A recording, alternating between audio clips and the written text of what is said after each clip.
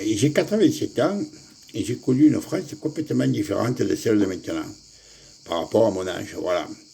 Bon, je ne peux pas dire qu'à l'époque, parce que je ne suis pas comme les vieux qui disent, moi, à mon époque, c'était parfait. Non, non, c'est parfait, c'est pas parfait. À l'époque, on était autant dans la merde que maintenant, mais sous une autre forme. Tout à fait une autre forme, c'est-à-dire qu'en fait, rien que dans la métallurgie, nous, on travaillait 55 heures, 60 heures par semaine, mais il n'en faut plus que 35. Donc, il y a déjà des avantages, vous voyez, il y a des avantages et des inconvénients. Mais, on peut quand même calculer, sans vouloir dire de mon temps, on peut se rendre compte de la différence qu'il y a à vivre comme on vit maintenant que comme on vivait avant. Voilà. Avant, on était un pays souverain. On dépendait de personnes. On n'avait pas de dette.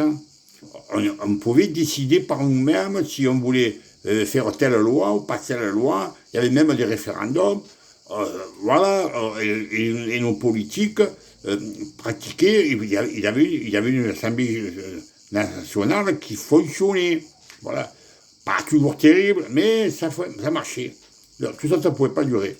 Alors en plus, donc, disons que je ne vais pas m'amuser à refaire l'historique de mon époque, mais comme on était un pays indépendant, il y avait des barrières douanières.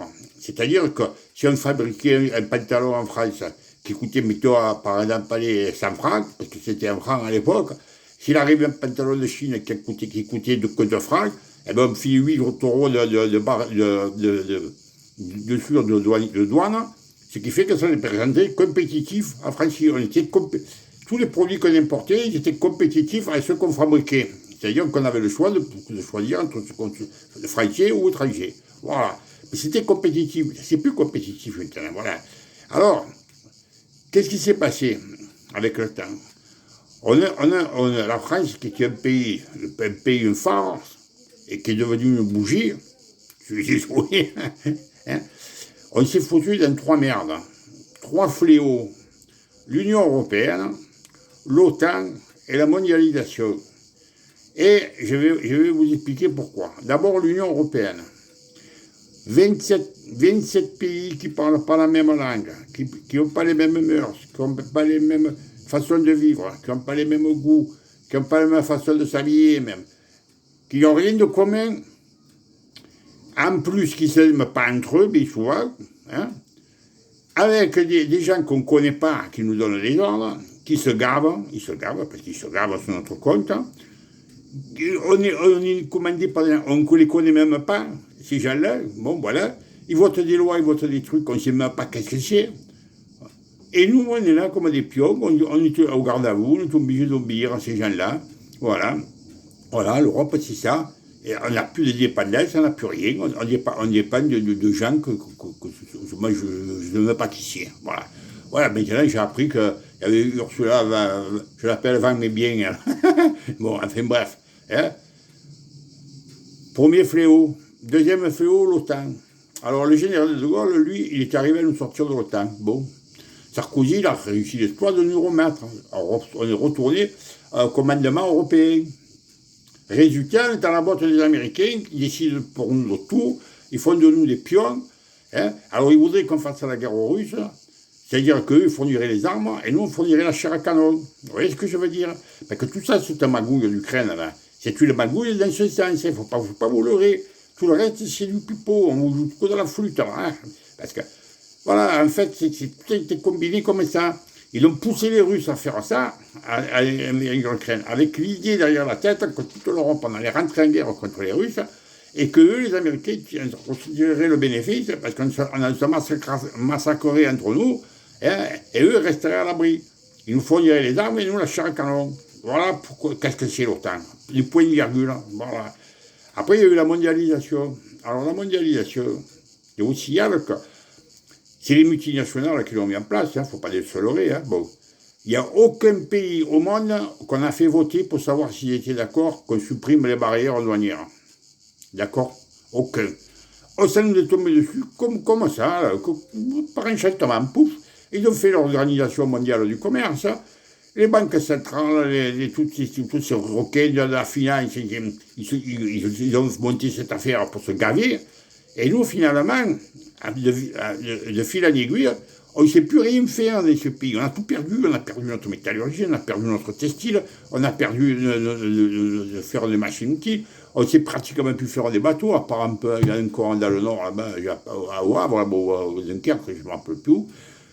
Voilà, les avions, il nous reste encore un peu le truc. Mais on ne sait plus rien faire. Si demain, les Chinois venaient nous couper les vivres, et arrêter les frais, et même les Américains qui se sont bien plantés chez nous, parce qu'il y en a partout, avec Amazon et compagnie, ils sont tous là. Bon. On est un pays sous-développé. On ne sait même plus rien faire. Toujours, je suis allé faire des lunettes. Hein. Bon, les montures, ils sont faites en Chine. Ensuite, ils ont choisi une monture. J'ai donné le papier pour faire les verres. S'ils mettent ça dans une boîte, c'est parti en Chine, ils sont revenus. Alors, non seulement ils font les montures, mais ils font aussi les verres. C'est-à-dire que c'est même plus capable de faire des lunettes. Vous voyez un peu jusqu'où on est arrivé avec la mondialisation. Alors voilà, on se retrouve avec ces trois fléaux qui nous bloquent complètement.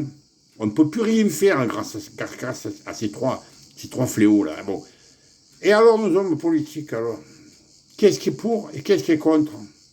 Alors, je vais nommer qui est pour tout ça, là, ces trois fléaux-là. Bon, il y a Macron, Pécresse, Mélenchon, Pourcel, Chabot, Font, qu'est-ce qu'il y a encore? Oui, Marine Le Pen, elle serait pour sortir de l'OTAN. Dupont-Aignan, lui aussi, serait pour sortir de l'OTAN. Et puis il ne reste plus rien. Il reste des petits partis, les Philippot. Et encore, je n'ai pas trop confiance à lui, mais enfin, bref, Philippot. Il y a Asselineau, Alexandre Olivier Jouven, le capitaine, là, qui vous essaie de remonter un parti aussi pour se sortir de cette merde. C'est tout. Tout notre parti politique, ils sont complices de cette merde. Et ils ne se mangent pas la fois entre eux. Parce qu'ils jouent à quoi? Ils jouent au jeu du pouvoir, là. Alors, celui-là qui aura le plus de ministres, qui aura le plus de députés. Et nous, là, qu'est-ce qu'on est, là hein? On n'est plus rien. Voilà. Alors, moi, j'ai voté pas encore pendant des années. J'ai croyé, moi, encore en ces gens-là. Pendant longtemps, j'ai voté même Mélenchon ces dernières années, tout ça, mais j'ai plus confiance dans ces gens-là. Ils nous trahissent, hein. C'est des traîtres, hein. C'est des vendus. Voilà. Oh, et en plus, on se retrouve avec 300 milliards de dettes. On va crever de faim dans quelques années. Ils vont nous plumer complètement. Hein. On va revenir comme à l'époque de Germinal, là, je vous le dis. À l'allure qu'on est parti, là. Alors voilà, mais c'est ce que vous voulez que je vous dise. Moi, j'en peux rien. Il faudrait que le peuple de France se réveille, parce que s'il ne se réveille pas, ils sont morts. On est complètement morts si vous ne vous réveillez pas. Moi, je vous le dis, réveillez-vous. Et ouvrez les yeux. Et ouvrez les yeux. Surtout, ouvrez les yeux. Et les analysiens me pointent tous, là, parce qu'ils nous jouent tous du pipeau, là, du violon, là. Hein. Un peu, ils sont tous complices. Hein, parce que moi, je commence à me rendre compte, ils sont tous complices. Et puis tout ça, c'est même pas légitime. Ils sont même pas légitimes, tous ces gens-là.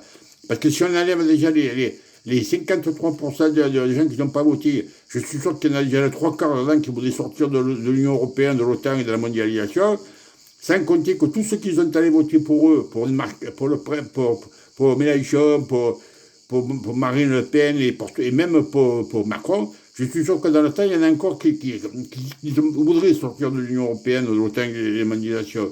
Seulement, ils n'ont pas le choix, ils votent que pour des gens qui sont pour. Hein, il n'y en a pas d'autres. Hein, voilà. Hein, et si on fait le compte de tout ça, je suis sûr qu'il y a au moins 60 ou 70% des Français qui voudraient retourner comme avant. C'est-à-dire qu'on arrête toute cette merde-là. Mais ça, il faut que vous en preniez un peu conscience entre tous. Voilà, c'est tout ce que je veux vous dire. Qu'est-ce que vous voulez que je fasse, moi, je constate tout ça. Et voilà. Voilà. Alors, il y en a qui ne sont pas d'accord, il y en a qui ne sont pas d'accord. Dans tous les cas, je vous dis, moi, ce qu'est l'année, que si on ne sort pas de ce fléau et qu'on ne se réveille pas, eh bien, la France, elle va devenir pourri, pauvre, et tout ce que vous voulez. Et vous allez voir, vous n'avez pas fini de chier. Moi, je vous le dis, à peine ça commence. Hein. Alors, vous avez intérêt à vous réveiller. Hein. Allez, ciao.